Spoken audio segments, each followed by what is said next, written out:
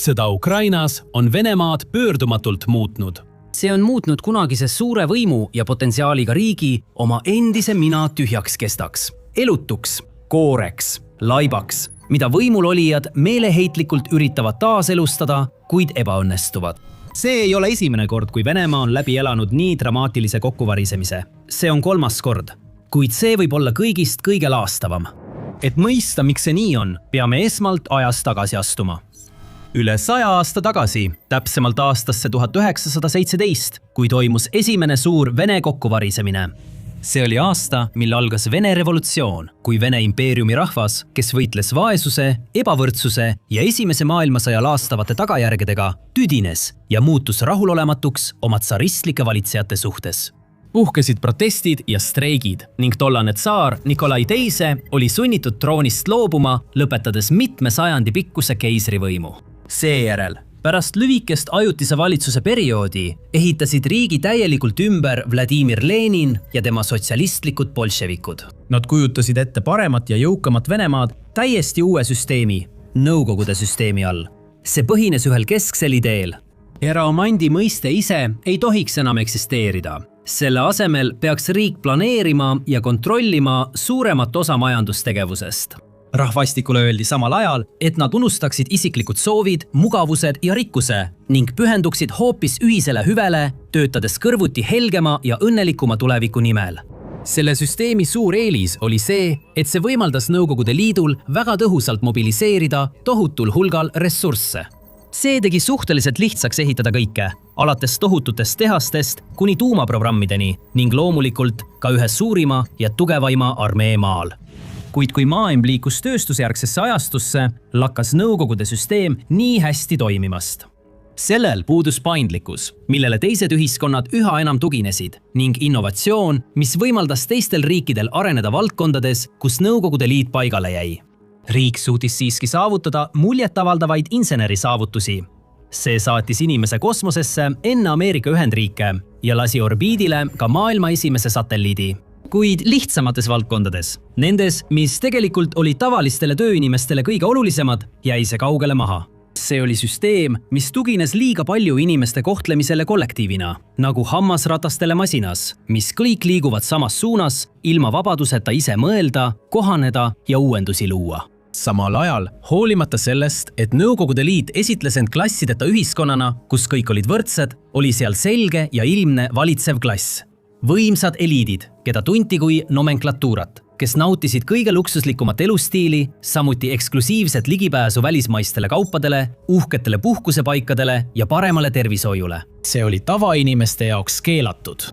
See oli katkine süsteem ja oli ainult aja küsimus, millal see kõik kokku kukub. 1991. aastal juhtuski täpselt nii. Ja nii jõuamegi Venemaa teise kokkuvarisemiseni, Nõukogude Liidu lagunemiseni ja kaasaegse Venemaa Föderatsiooni moodustamiseni.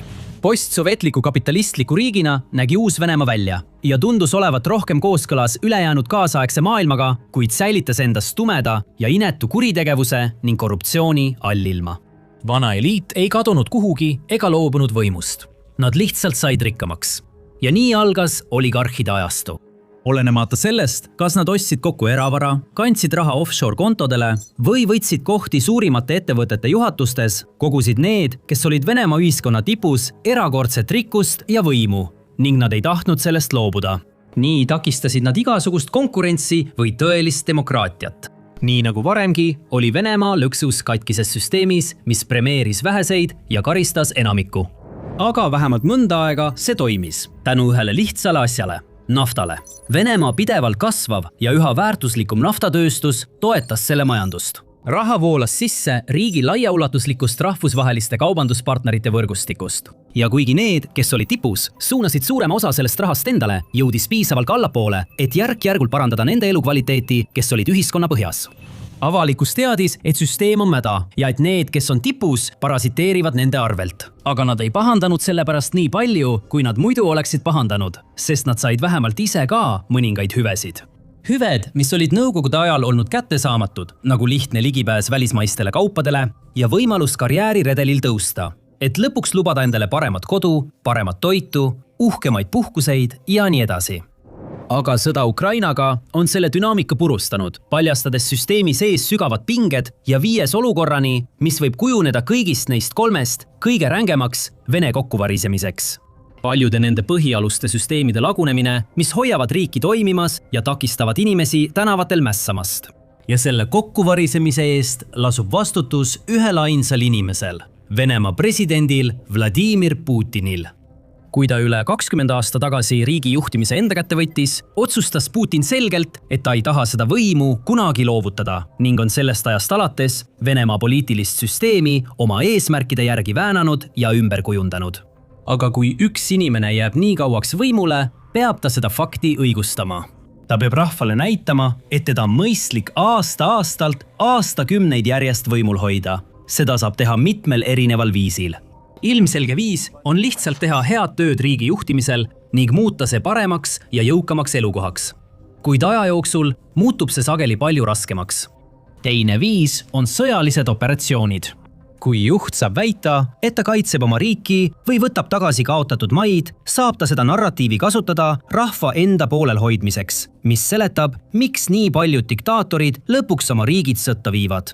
See on viimane abinõu, ainus võimalus hääbuval valitsejal jääda oluliseks. Ja kui sõda algab, tulevad mängu uued reeglid. Selles etapis ei ole enam tähtis, mis juhtub majandusega või kas inimeste elu läheb paremaks või halvemaks. Sest võimulolijad saavad väita, et kaalul on riigi enda ellujäämine ja see on kõige tähtsam põhjus üldse.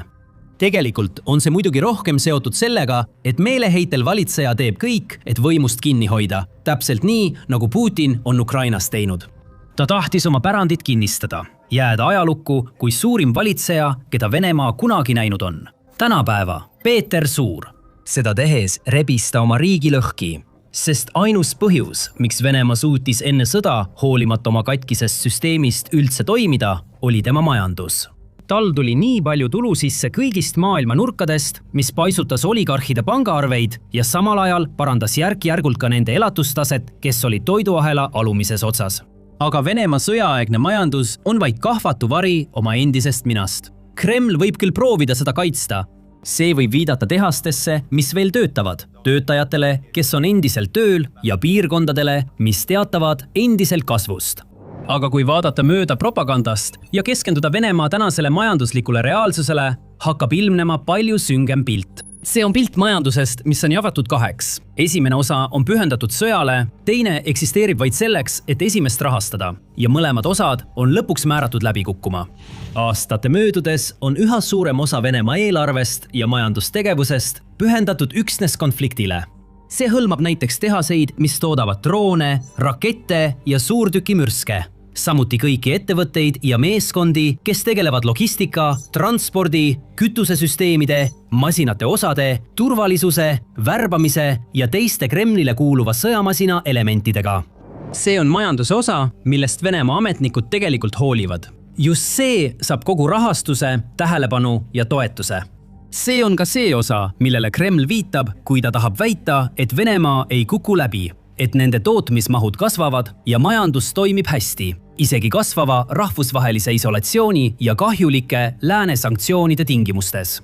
Majanduse teine osa aga jäetakse tähelepanuta, vaadatakse mööda ja pühitakse vaiba alla. See on see osa, millest Putin ja tema kaaslased ei taha rääkida, kuid just see mõjutab enam kui 140 miljonit inimest, kes peavad Venemaad oma koduks, sest see on majanduse osa, millele nad toetuvad toidu, mugavuse, tervishoiu, hariduse ja kõige muu jaoks, mida inimesed vajavad korralikuks eluks ning see läheb iga päevaga aina hullemaks. Aga enne kui sellesse sügavamalt sukeldume, siis kui selline analüüs sind huvitab, siis kindlasti telli The Military Show kanal. Me teeme selliseid ülevaateid igal nädalal. Kuigi Venemaa sõjaline majandus püsib tugevana, kuna üha suurem osa föderaalsest eelarvest suunatakse selle toetamiseks, on tsiviilmajandus raskustes. Sõda on kõike neelav koletis, mis tarbib ressursse rekordkiirusel. Inimesed, kütus ja toorained kasutatakse kõik selle koletise ülemäärase isu rahuldamiseks ning tavakodanikud tunnevad selle mõju. See ei ole enam Venemaa, kus inimesed võivad unistada paremast tulevikust, vaid koht, kus nad lihtsalt võitlevad ellujäämise nimel. Venemaa, kus tervishoiu ja hariduse tase langeb. Riik, kus peamised riitsevad ettevõtted on need, mis sõjategevust teenindavad ja kõik muu jäetakse hääbuma. Koht, kus pole enam mingit stiimulit ega tasu ambitsiooni, innovatsiooni või loovuse eest. Kui sõjamajandus domineerib, siis ambitsioonikad noored või need, kes püüavad oma peret toita, ei mõtle huvitavatele ideedele ega ainulaadsetele äriplaanidele. Neid suunatakse üha enam kas otse sõjaväkke astuma või konflikti muul moel panustama. Samal ajal jätkub enamiku inimeste elukvaliteedi langus, samas kui need, kes on tipus, kuhjavad endale rikkust ja võimu igal võimalikul moel. Nõukogude järgse ajastu tipul olid kindlasti oligarhid. Kuid ka teised inimesed said endale paremat elu luua, suhteid luua, ettevõtteid rajada, kinnisvara osta ja nii edasi. See ei saa enam juhtuda. Riik ei saa seda lubada. Ka hanevate ressursside tingimustes saab riik toetada ainult neid inimesi ja üksusi, kes annavad konfliktile kõige rohkem väärtust. Kaitsetööstuse ettevõtteid, sõjaväevarustuse tarnijaid ja teisi, kes ehitavad ja rahastavad sõjamasinat. Kõik teised muutuvad sisuliselt lihtsalt äravisatavaks kariloomaks. Ja sel hetkel ei ole nende inimeste õigustel, kaitsel ega vabadustel enam mingit tähtsust. Seega pole riigil mingit süümepiina neid jalge alla tallata.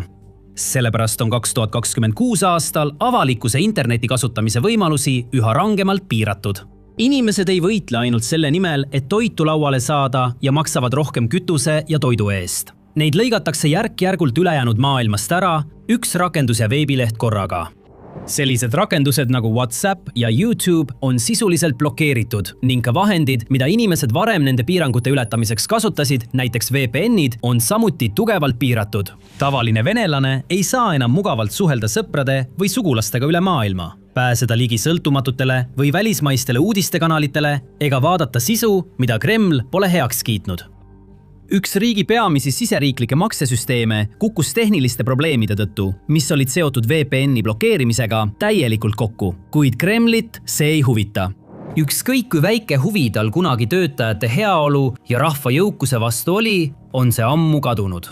See ei tee Kremlile muret, kui tema internetipiirangud kahjustavad väikeettevõtteid ja loojaid või kui tema tsensuurikampaaniad muudavad tavaliste inimeste elu raskemaks. Kui kullerteenused ebaõnnestuvad ja ühiskonna tublid liikmed, nagu õpetajad, arstid ja hooldajad, kaotavad ligipääsu töövahenditele, mida nad vajavad oma rollide täitmiseks. Sest ükski neist inimestest ei ole enam prioriteet. Sõda on ainus prioriteet, ainus tõeline jõud, mis tegelikult võimulolijatele korda läheb. Kui Kreml hoiab oma kaitsetööstust töös, usub ta, et kõik muu laabub iseenesest. Sest kõige võimsamate inimeste ja ettevõtete edu ja ellujäämine on kõik seotud just selle konkreetse majandusharuga. Mõnda aega tundus, et Moskva võib selle plaaniga läbi pääseda. Kuid kui ta jätkub ja jõuab järjest lähemale kodumaale, surutakse seda õrna kaardimaja üha enam murdepunkti poole. Sest algusaegadel ei tundnud inimesed sõja mõju veel eriti. Nad teadsid, et sõda käib ja kõigil olid selle kohta oma arvamused. Mõned olid sellega nõus, mõned mitte, kuid enamikku see tegelikult ei mõjutanud. Nad said endiselt jätkata oma igapäevaeluga, teha samu asju, mida alati olid teinud, külastada samu Moskva kohvikuid, nautida samu mugavusi ja järgida oma harjumuspäraseid rutiine. Kusagil käis lahing. Kuid see oli nii kaugel, et mõned suutsid endale sisendada, nagu seda polekski tegelikult toimunud. Aastal 2026 pole selline mõtteviis enam võimalik, sest see sõda ei toimu enam sadade miilide kaugusel Moskvast, kaugetel vaidlusalustel aladel ja rindeliinide tapatsoontes. See inbub ja levib üle kogu Venemaa, tungides igapäevaelu enda koesse. Ja see toimub nii otseselt kui ka kaudselt. Otsesed viisid on kõige ilmsemad ja plahvatusohtlikumad. Droonide ja rakettide rünnakud Venemaa taristu vastu. Ukraina väed korraldavad üha sagedamini täppislööke Venemaa naftarajatiste, sõjaväebaaside, lennuväljade, ladude ja sõjatööstusobjektide pihta. Kiievi väed ei sihi tsiviilisikuid, kuid tsiviilisikud viibivad sageli piirkonnas, kui need rünnakud toimuvad. Nad näevad droone üle pea lendamas, nad kuulevad lööke ja plahvatusi. Nad jälgivad, kuidas tulekahjud möllavad ja suitsusambad täidavad taeva. Ja see muudab kõike. See paneb tavalised inimesed tundma, nagu nad oleksid sõjatsoonis ning annab nende kohtade juhtidele ja töötajatele terve hulga uusi probleeme, millega tegeleda. Sest kui sa juhid ettevõtet, mis on kuidagi sõjaga seotud, võid olla droonirünnaku ohus. Igal hetkel võib sinu tootmistehas rivist välja langeda. Sinu tegevus võib hävida. Osa töötajaid võib saada vigastada või isegi surma. Ja sa pead kuidagi leidma viisi, kuidas sellega elada. Siis on veel kaudsed viisid, kuidas sõda venelaste elu halvemaks teeb. Näiteks tööjõupuudus, mis on tekkinud seetõttu, et nii paljud töövõimelised inimesed on sõtta saadetud ja seal hukkunud või vigastada saanud. Ning veelgi rohkem inimesi on esimesel võimalusel riigist põgenenud. Kui vähem inimesi töötab, nii paljud kodumaised ettevõtted lähevad pankrotti ja parimad ning andekamad ei panusta enam ühiskonda, siis ühiskond paratamatult mandub. Transport muutub aeglasemaks, teenused halvemaks ja surve nendele, kes veel tööd leiavad, kasvab. Ka riigi valuuta on kaotanud väärtust. Samal ajal on paljud rahvusvahelised ettevõtted katkestanud sidemed Venemaaga ega paku enam olulisi kaupu ja teenuseid ning inimesed on sunnitud läbi ajama vähesemaga. Kõigest on vähem. Vähem raha, vähem mugavust, vähem vabadust.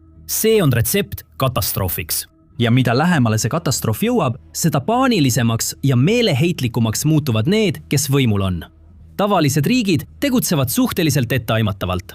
Nad koostavad plaane ning jaotavad vastavalt sellele raha ja ressursse. See pole küll täiuslik, kuid on usaldusväärne ja toimib teatud määral.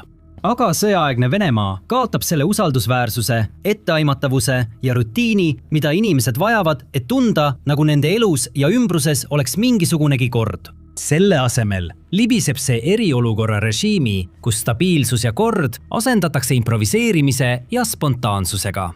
See ei ole viis riiki juhtida, eriti mitte nii suurt ja keerulist riiki nagu Venemaa, sest kogu loogika, mõistuse ja vastutuse mõte kaob täielikult. Keegi ei tea, millised reeglid kehtivad ühest nädalast teise. Keegi ei ole valmis tegema suuri otsuseid, sest nad ei tea, kuidas neid otsuseid vastu võetakse. Piirkondlikud ametnikud peavad nüüd kulutama rohkem oma aega ja energiat lihtsalt Kremlist tulevatele viimastele kapriisidele ja soovidele reageerimisele. Selle asemel, et mingilgi moel püüda muuta oma piirkondi Venemaal paremaks seal elavatele inimestele. Nad on liiga hõivatud tööjõukriisi, infrastruktuuri pingete ja internetikatkestuste või saabuvate drooniparvede põhjustatud häiretega tegelemisega, et teha midagi tõeliselt kasulikku või väärtuslikku. See ei saa nii jätkuda. Inimesed ei lepi sellega igavesti. Nii paljud on juba pidanud hüvasti jätma oma lähedastega, kaotades vendi, poegi ja isasid mõttetutes rinderünnakutes. Teistel võib küll perekond alles olla, kuid nad on näinud, kuidas kõik nende elus on halvemaks läinud, alates karjäärivõimalustest kuni teede kvaliteedi ja täispaagi hinnani.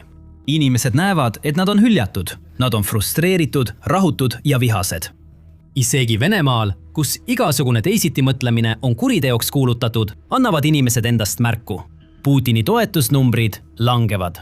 Inimesed on tüdinenud sellest, et rikkad isandad kohtlevad neid nagu prügi.